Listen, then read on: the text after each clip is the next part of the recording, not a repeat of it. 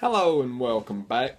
And I'm just going to jump right into it. Again, we're still on the series Hush Rocks. And today was number 5 in the series, and it was miracles. And basically, it's, he took it from Mark 6:34 through 44, which is the feeding of the thousands with the 2 fish and 5 loaves. And the first thing you have to do is admit you need God. We all need God at some point, and you just have to admit it. But this is how we typically deal with the problems. First, we put it off. We just let it, it ain't today, I don't care. Then when it gets here, we complain about it, and then we worry about it. But what we should do is turn it over to God. Second thing you've got to do is give God what you have. If you don't have much, just give it all to Him. Little is much with God in it.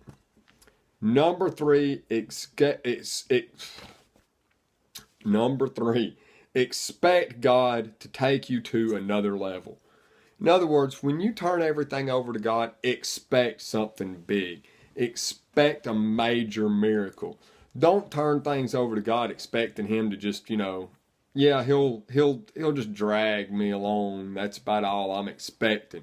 No, you need to expect God to perform some major miracles in your life. And if you don't expect major miracles, you're not going to get major miracles. And God tells us to come to Him and ask for these things. Ask not, receive not. If you don't ask God for something, you're never going to get anything. And that's the big thing we've got to remember is you've got to go to God. You've got to take it to Him. And really, that's about all. I mean, the sermon was of course a long one, but I mean, I got a lot from it, but I don't guess there's a lot for me to say here. But on the other hand, something that I do want to talk about is just worship in general. The fact that, hey, I've started trying to make it for the both worship service because they like for us to sing and everything. And then I go down and I go into Sunday school. And today in Sunday school we're starting a series on the Songs of Solomon. And it's a book that you need to read, and if you hadn't read it, go back and read it. And it just gives you just the best idea of how to treat each other in a marriage and in a relationship and just how to go about it. It's really unusual in the fact that it tells us how to treat our wives and not what we should be doing for God. Because everything else in the Bible is rules of engagement for God. But this is the rules of how to be married and how to be a couple and what the man's roles are in this.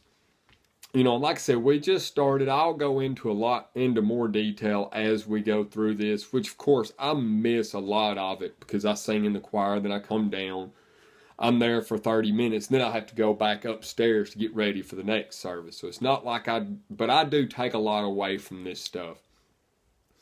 And I know I'm looking and I can see that this is just going to be real short. But sometimes, it don't take but a few minutes to get across certain points and to really touch somebody's lives. And that's what I'm trying to do. I'm trying to touch other people's lives.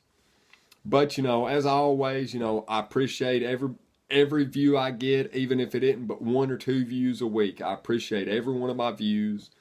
I appreciate all what comments y'all do leave me. I appreciate all of them. And just please, if you like the video, thumbs it up. If you don't, there is the thumbs down. I really don't want to get any of them. But hey, if this isn't the kind of video you want to watch, then you need to do that. YouTube is made to where it's made for an interaction on every video. You should either thumbs it up or thumbs it down so YouTube can give you your proper things in your feeds. And also, hey, if give me comments, help me out. If there's anything that you would like me to talk about, let me know these things. And as always, I'll see y'all next week, and I hope y'all have a blessed week.